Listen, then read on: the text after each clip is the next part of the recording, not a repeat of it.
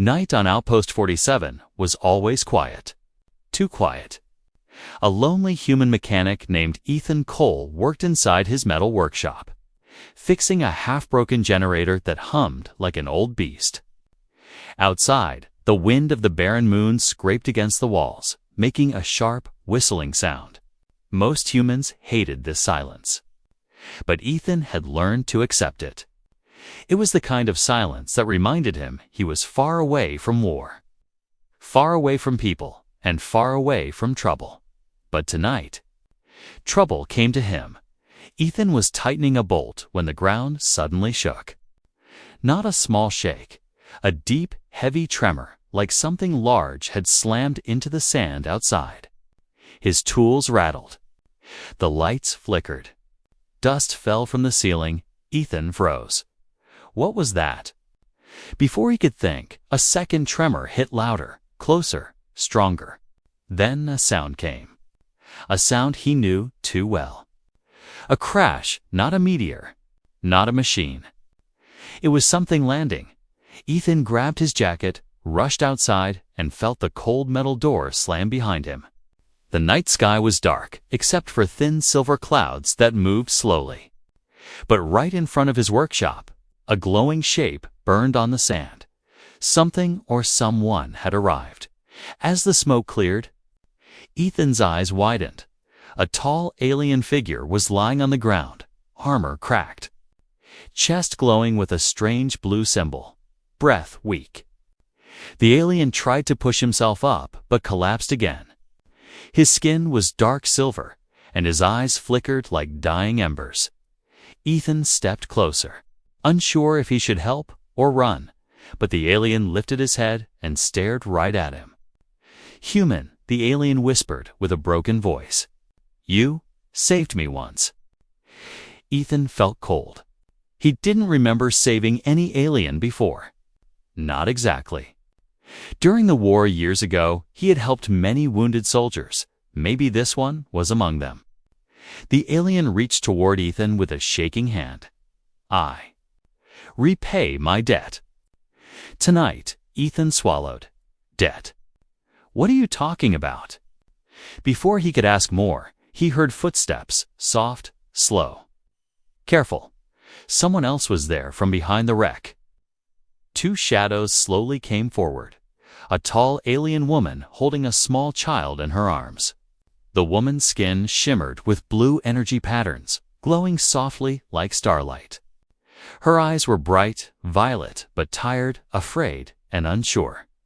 The child, maybe 5 years old, hid her face in her mother's shoulder, but peeked out at Ethan with glowing blue eyes. Ethan felt his heartbeat rise. A family? Why were they here? The wounded alien lifted his head again, pain pulling his voice apart. "My wife and daughter," he said. "They need protection." Ethan stared at the woman. She looked strong, but exhausted, trembling as if she had been running for days. The child looked hungry and frightened. Protect them, the alien coughed, blood dripping from the corner of his mouth. "They are not safe. My enemies. They want the child." Ethan suddenly noticed a deep burn wound across the alien's chest, a mark from a laser blade.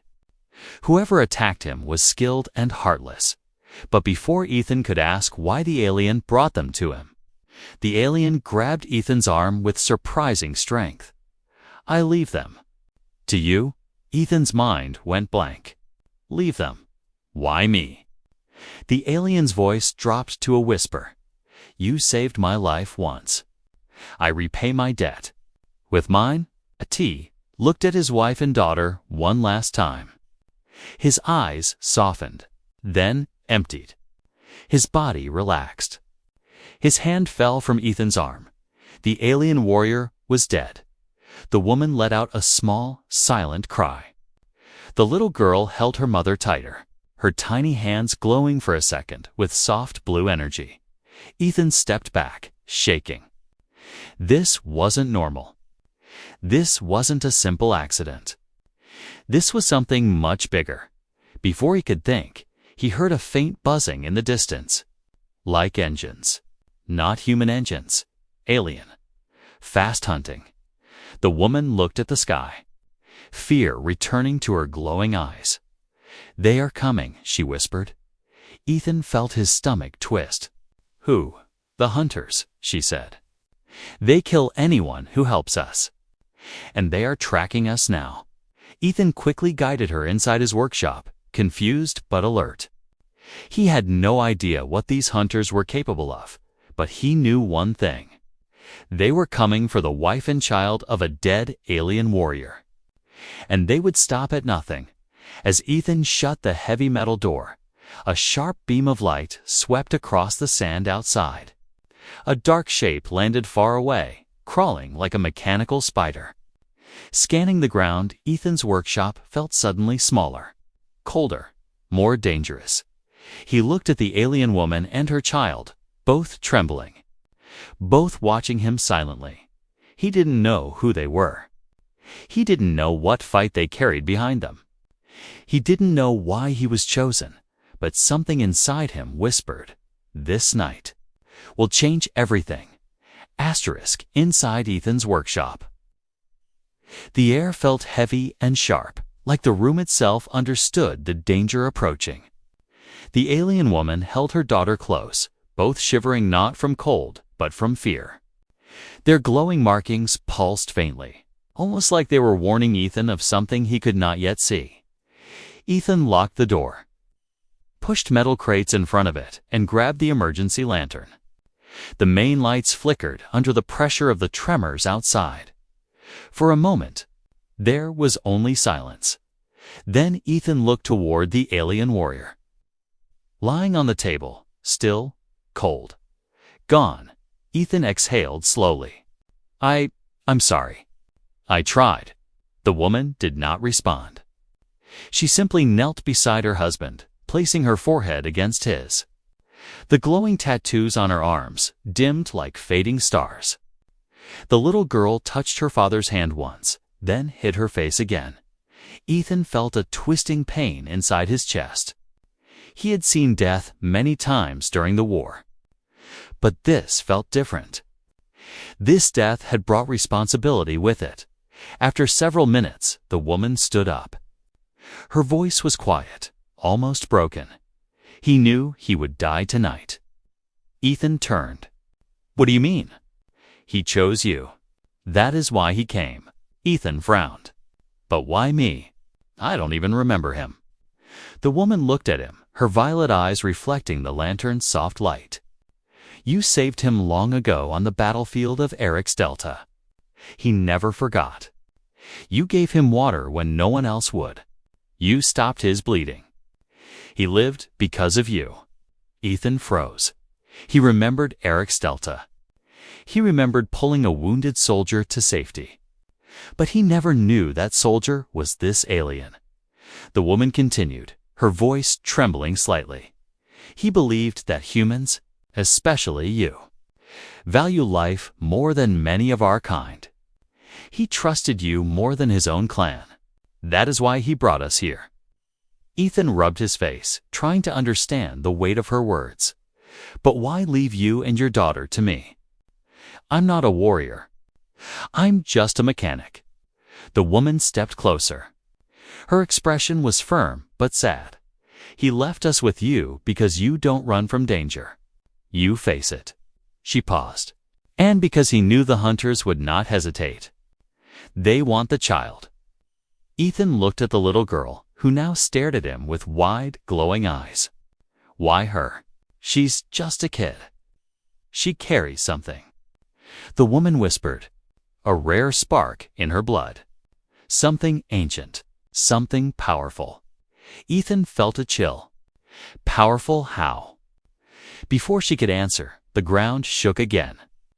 This time, the tremor felt heavier, closer, like metal feet stamping on sand. "They have landed," she said immediately. "We must hide." Ethan nodded and quickly guided them toward the underground storage room he used to keep old tools and spare parts. He opened the hatch and climbed down first.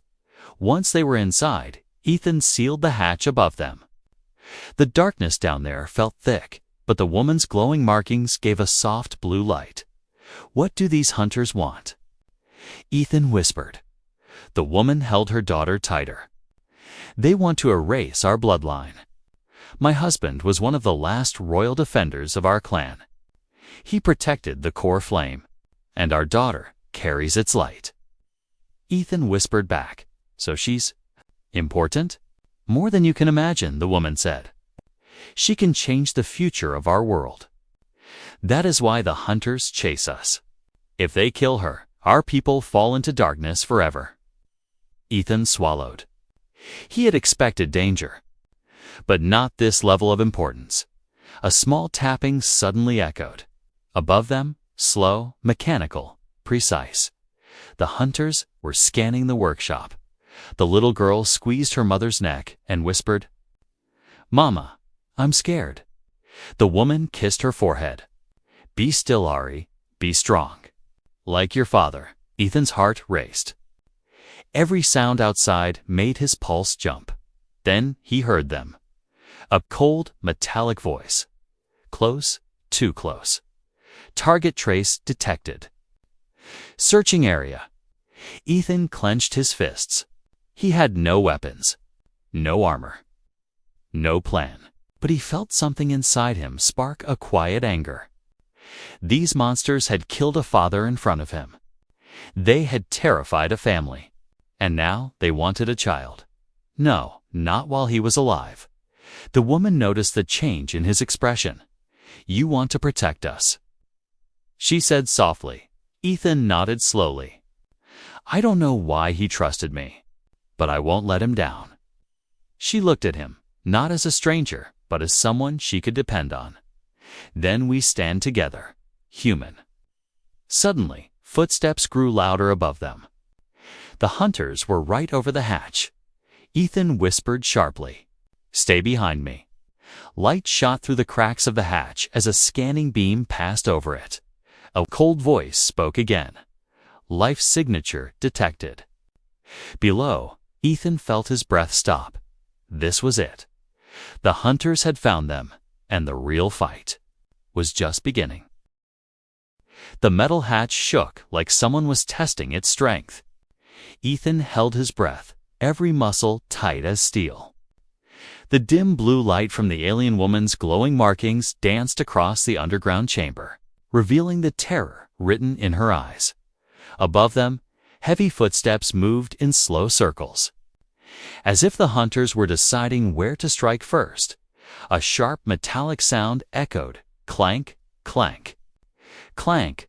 The hunters were scanning the room with long mechanical arms. "Searching for weakness," Ethan whispered. "They know we're here." The alien woman, Loria, nodded. "They can smell the core flame. They won't leave until we're dead."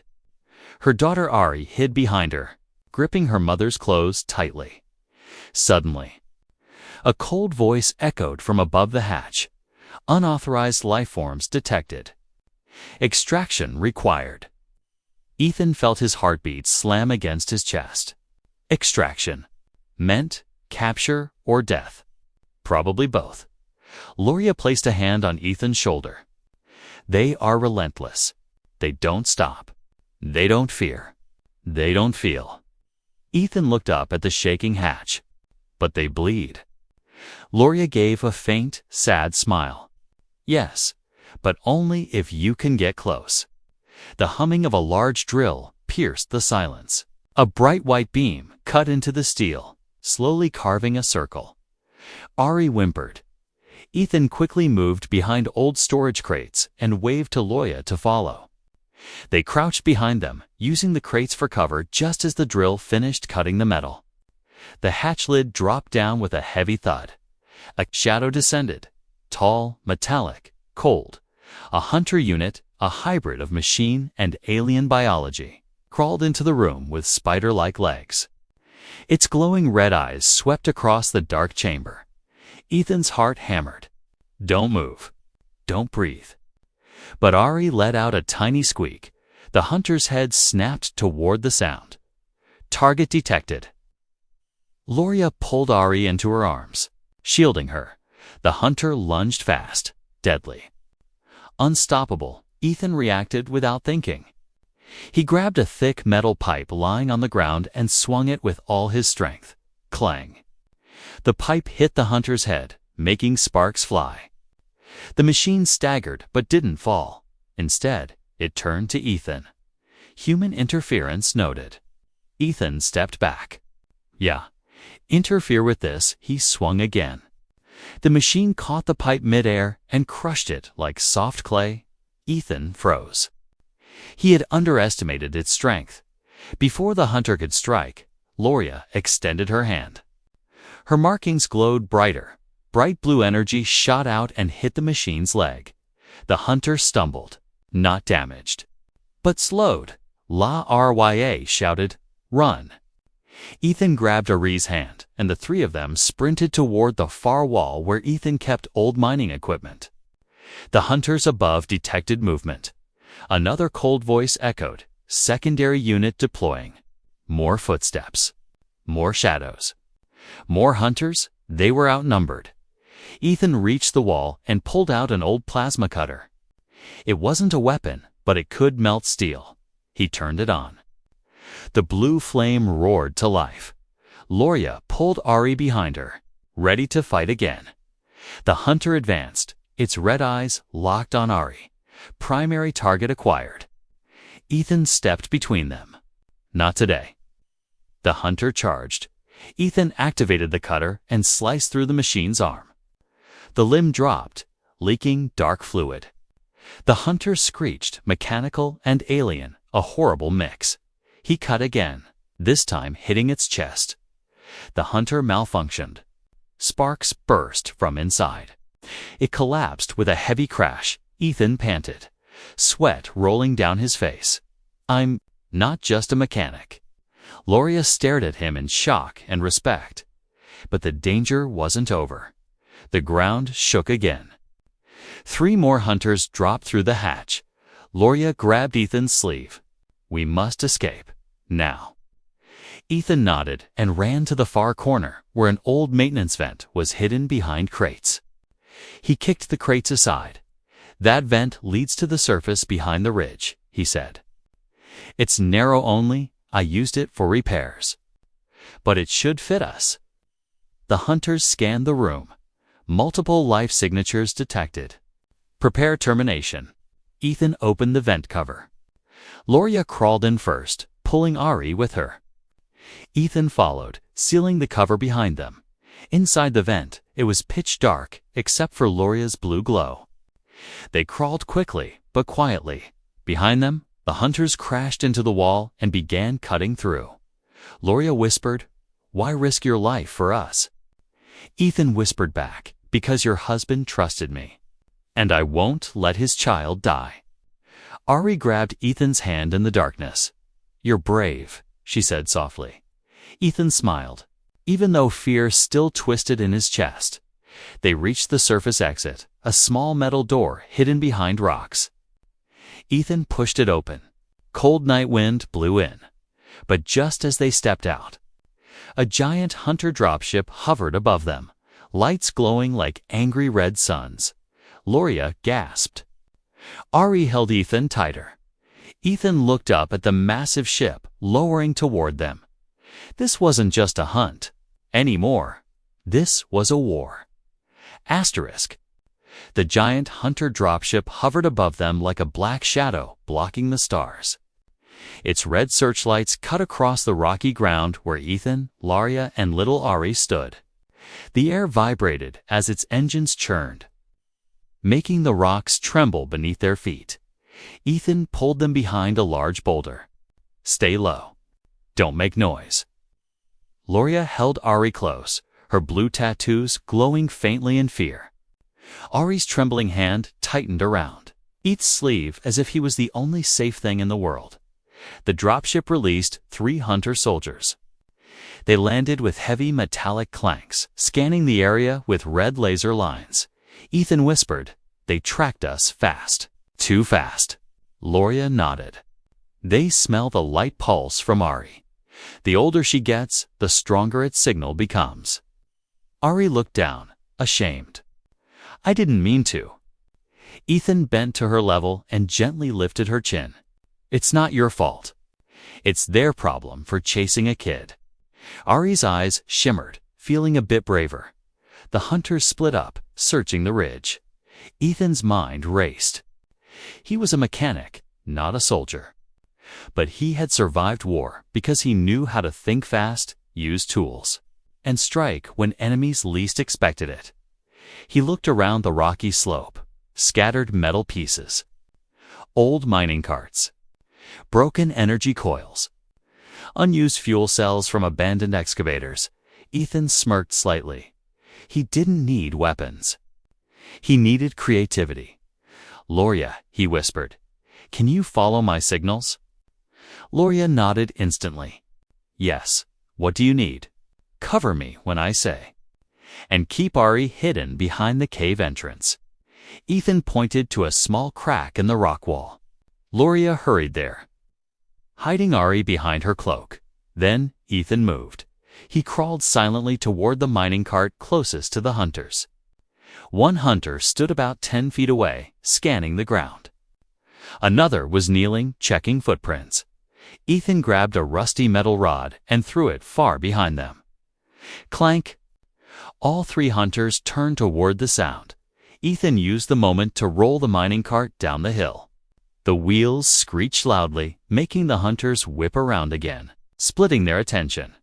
But this wasn't just a cart. Ethan had quickly attached two unstable fuel cells to its underside.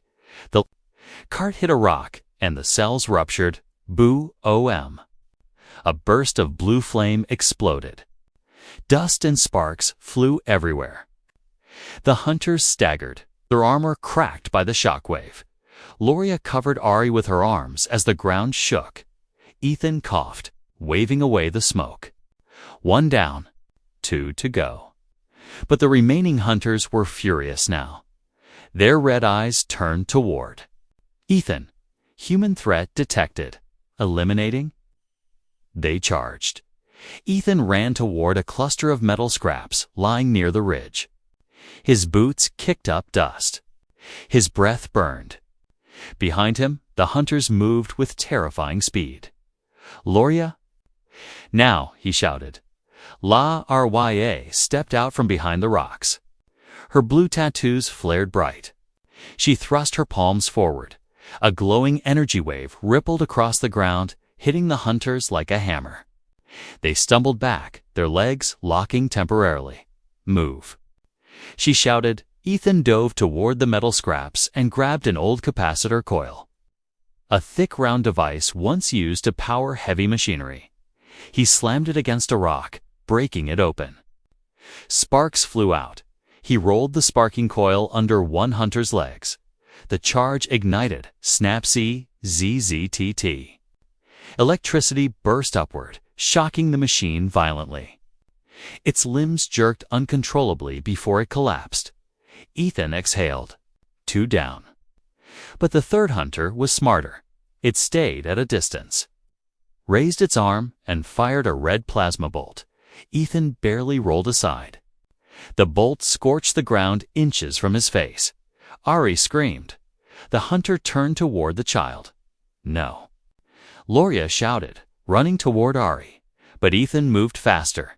He grabbed a broken power cable hanging from an old mining beam. It still had a small charge left. He swung it like a whip and struck the hunter's head. Crack! The cable sparked violently, short-circuiting the hunter's sensors.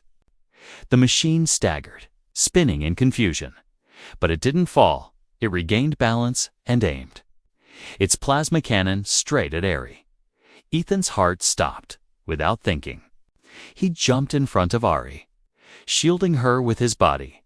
The hunter fired, but Loria's hands shot forward, releasing a glowing shield of energy. The plasma bolt hit the shield and scattered into the air like shattered light. Loria's knees buckled from the effort. "Ethan?" she cried. "Finish it." Ethan grabbed a heavy metal plate from the ground, charged at the hunter, and slammed it into its head with all his strength. Once, twice, until the machine finally collapsed, dead. sparks sizzling from its broken eye. Silence. Only. Ethan's heavy breathing echoed in the cold air. Ari ran forward and hugged him tightly. "You saved me."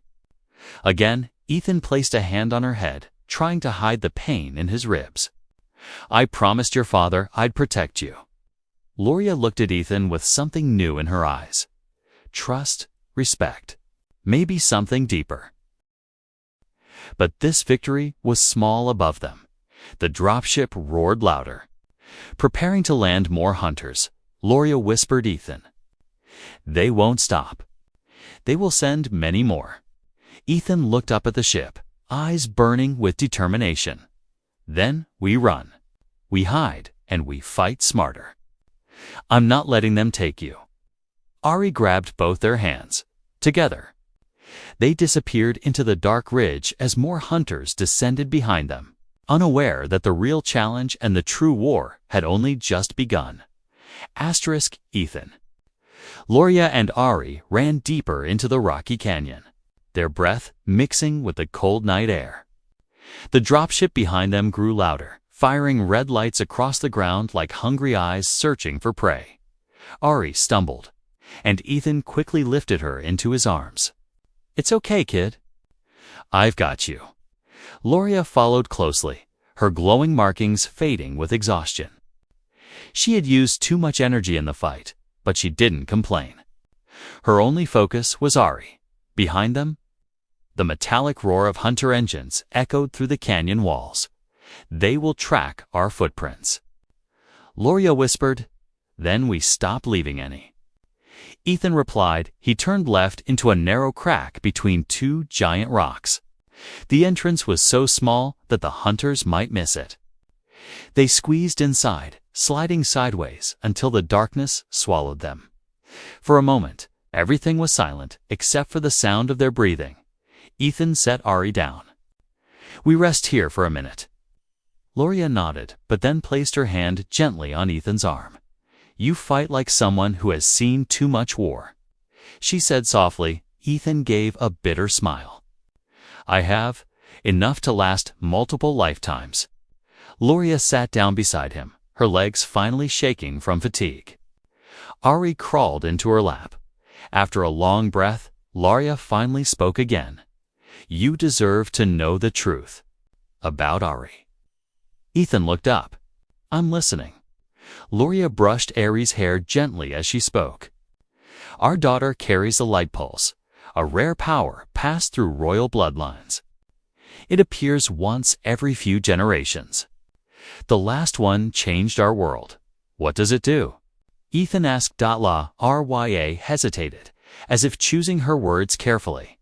"It amplifies life." She looked at Ethan. "On our world, the light pulse can heal, protect, and create. But in the wrong hands, it can be twisted into destruction." Ethan frowned. "And the hunters want that power." "They want to erase it," Loria corrected. "If the royal bloodline dies, the light pulse dies with it. And the hunters, they rise to full power." Ari lifted her glowing eyes to Ethan. "Mama says, I'm special, but dangerous." Ethan knelt beside her. "No, you're not dangerous. The people chasing you are." Ada gave him a small smile, but fear still lingered behind it. Loria continued. "The hunters have ruled half our galaxy for years. They fear the light pulse because it's the only thing that can stop them." Ethan leaned back against the rock wall, taking in the weight of her words. "So, that's why your husband brought you to me." Loria nodded slowly. "He believed humans were different, that your kind would protect the innocent even when not asked." Ethan looked down at his hands, recalling the war years. "Not all humans are that noble, but you are," Loria said firmly. "He saw it in you on the battlefield." Ethan didn't know what to say, so he stayed quiet. Outside the narrow crack, the distant hum of hunters slowly faded. They must have moved farther along the canyon. For now. It was safe, but not for long. Ethan took a flashlight from his pocket and clicked it on. The beam revealed a small tunnel ahead. "This leads to an old mining area," he said. "If we reach it, we can access the canyon's back route. And that gets us to the old cargo ship bay." Loria stiffened. "You have a ship. Not mine, but abandoned ones are still parked there. I can get one working." Ari's face lit up. "We can fly away." Ethan gave a reassuring nod. "If the engines cooperate, yes." They crawled through the tunnel, Ethan leading, Loria in the middle, Ari holding her mother's hand. The tunnel opened into a huge underground chamber filled with rusted mining machines and metal. Scaffolding. Ethan scanned the area. No hunters. Good. But something else caught Lyra's attention. She walked toward an ancient wall, placing her palm on a symbol etched into the stone. The symbol glowed faintly. Ethan frowned. "What's that?" Loria whispered, a warning. "From my people. What does it say?" Loria closed her eyes. Her voice trembled. "It says, if the light pulse falls into darkness, stars will burn." Ethan felt his stomach twist. "That's serious." Loria nodded. "Ari's power can reshape galaxies. The hunters want to prevent that. They believe only order through. Fear keeps worlds obedient." Ethan looked at Ari. Small child holding a stuffed crystal toy, and felt a surge of protectiveness stronger than anything he had felt before. "What do we do now?" he asked. "We've reached the cargo bay," Loria said, "and escape this moon." They moved quickly across the chamber, weaving between old mining beams. But then Ethan froze. A noise echoed soft, mechanical, getting louder. "Not again," Ethan whispered. Loria grabbed Ari. "They're here." A hunter scout crawled down the wall like a metal insect. Ethan grabbed a rusty wrench beside him. Loria whispered, "There is only one way out now. The top platform." Ethan looked up at the old lift leading to a narrow platform above the chamber. "It's unstable," he warned. "Better unstable than dead," Loria replied. They dashed toward the lift. The hunter scouts screeched an alarm, summoning more units. Ethan slammed the lift controls. The machinery groaned awake. The platform began rising slowly. Too slowly. More hunters entered the chamber. Loria held Ari close. Ethan picked up a metal rod, ready to fight again, even as fear burned inside him. The lift rose higher. Scraping against the walls, a hunter jumped, grabbing the bottom of the platform. "Data."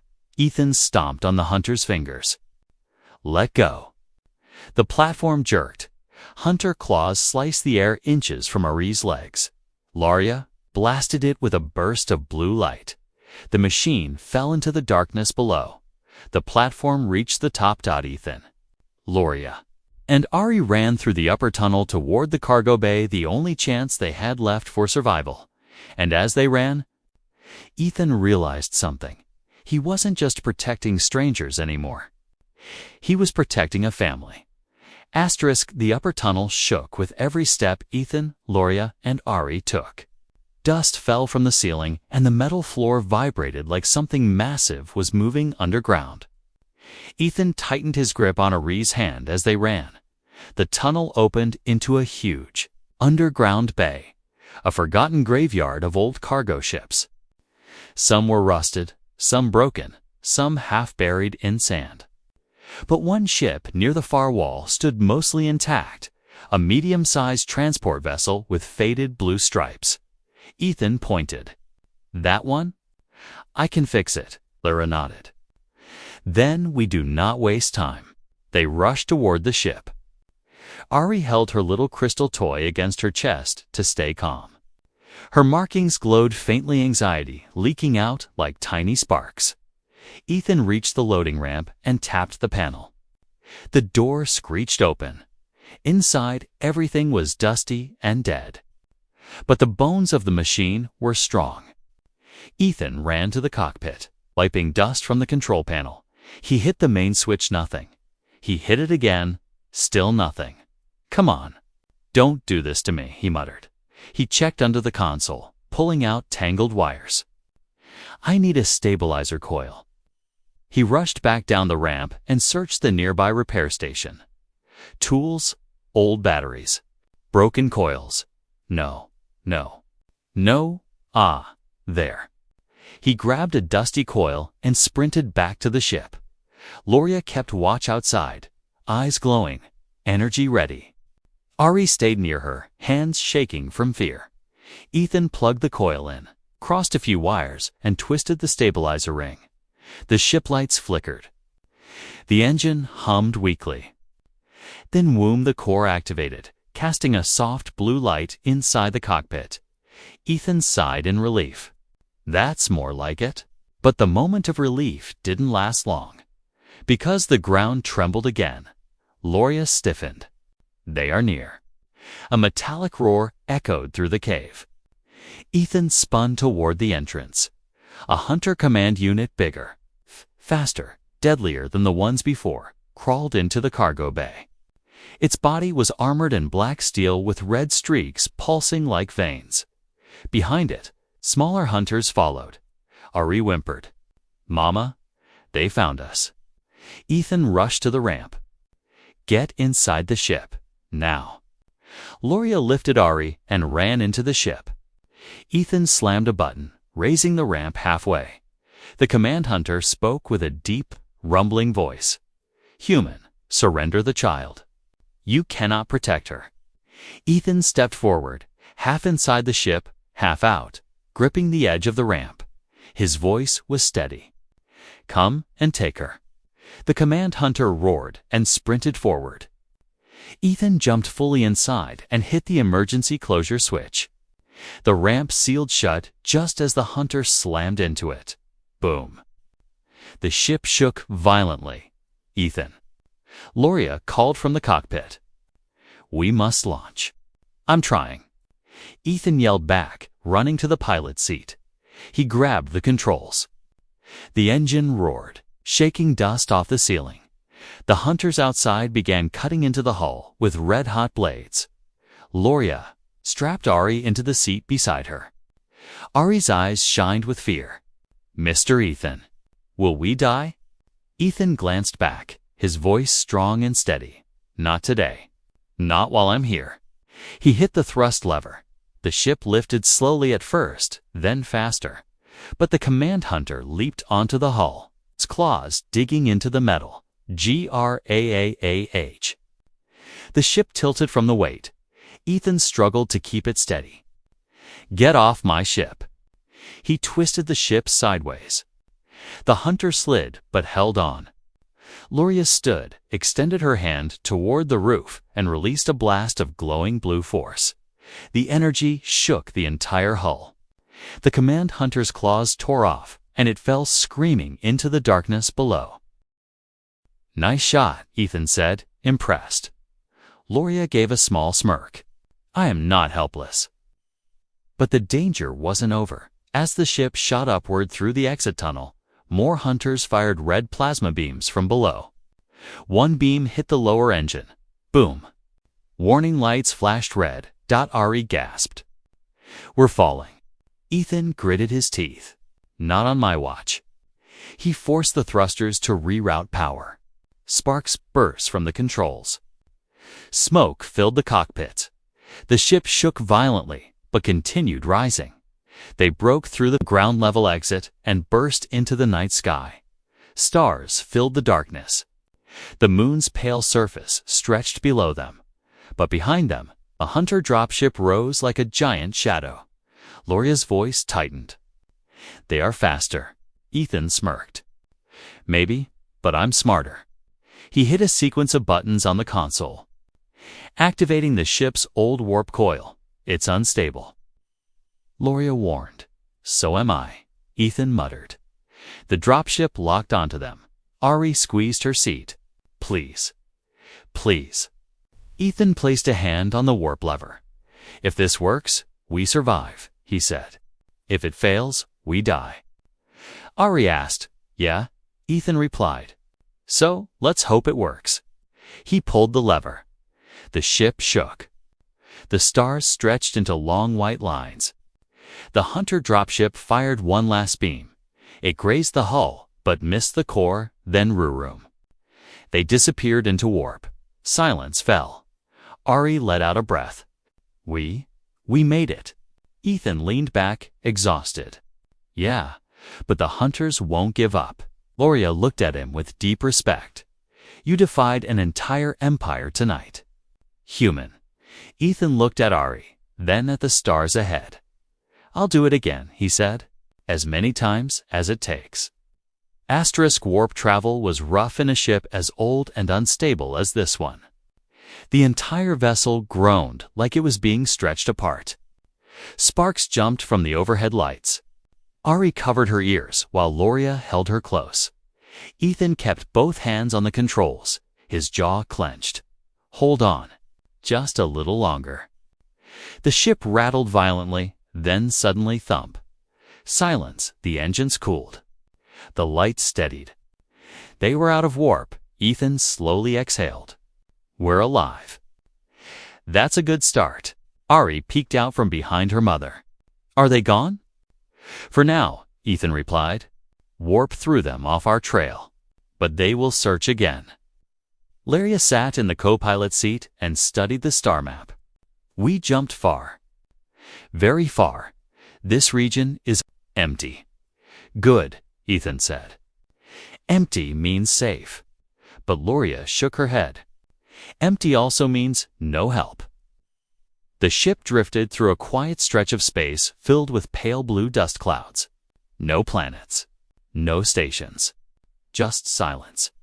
It felt peaceful, but also lonely. Ari tapped the glass of the cockpit window. It's pretty. Ethan smiled gently. Yeah, it really is. They let the ship coast for a while until Ethan found something useful. A small moon-like planet tucked in the shadow of a broken asteroid field. Ethan zoomed in. Atmosphere looks weak but breathable. No life signs. No structures. Perfect for hiding.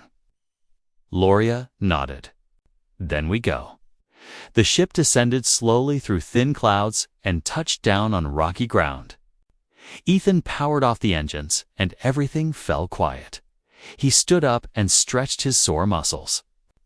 Let's take a look outside, carefully. They opened the ramp and stepped out onto the moon's surface. The sky was a deep navy blue, and the horizon shimmered with faint starlight. Strange purple plants grew in patches, glowing like soft lanterns. Ari gasped. It's beautiful. Can we stay here forever? Ethan knelt beside her. We can stay until we decide what comes next. Loria walked a few steps away, breathing in the cold air. It feels safe, she whispered. Ethan nodded. Safe. For now. But even in peace, something heavy lingered between them, the loss of Loria's husband. The danger that still hunted them. And the strange new bond forming without permission. They set up a small camp near the ship's entrance. Ethan built a heat lantern from spare circuits, and its warm glow lit their faces. Ari curled up with her crystal toy and slowly fell asleep. Loria watched Ethan as he adjusted the lantern. You could have left us. Many humans would have. Ethan shrugged lightly. I'm not many humans. You risked your life again and again. Why? Ethan slowly sat down across from her, the lantern between them. He thought for a moment before answering. Because your husband trusted me. Because your daughter didn't deserve to die. And because. He hesitated. Because I couldn't watch innocent people be hunted. Loria's violet eyes softened. You are more honorable than many warriors of my world. Ethan looked at her gently. And you're stronger than you think. You fought with everything you had. Loria lowered her gaze. I fight because I must. Because Ari needs me. Because my husband believed in you. Ethan leaned forward slightly. He wasn't wrong. For a moment, they simply stared at the lantern's flame, its light flickering between them. Then Ari mumbled in her sleep. Turn. Stay, Loria smiled softly. She called you daughter earlier. It means guardian father in our language. Ethan's heart tightened. Why would she call me that? Because she feels safe with you, Loria whispered. She sees you as protector. Ethan glanced at the sleeping child, then back at Loria. I won't replace her father, he said quietly. Loria shook her head. No, but you will guide her now. The words hit Ethan like a warm but heavy wave. He wasn't just protecting them anymore, he was becoming a part of their story. Suddenly, Ethan's wrist communicator beeped weakly, a signal he didn't expect. He checked it. A small blinking red light appeared. Loria stiffened. What is that? Ethan's face hardened. A tracking signal. They're searching this sector already. Ari stirred awake. Are they coming? Ethan forced a reassuring smile. Not yet. But we must be careful. This place is safe, but not hidden forever. Loria placed her hand over his. Then we plan. Together. Ethan nodded. Together, he stood up, looking at the starry horizon. The hunters think we're weak. They think they can take a child from a human who has nothing to lose. He clenched his fists. They're wrong. He turned back to Loria and Ari. I'll protect you, no matter what it costs. You're not alone anymore. Ari smiled sleepily. We. Family. Ethan hesitated, then gently placed his hand on her tiny shoulder. Yes, he said softly. We're a family now.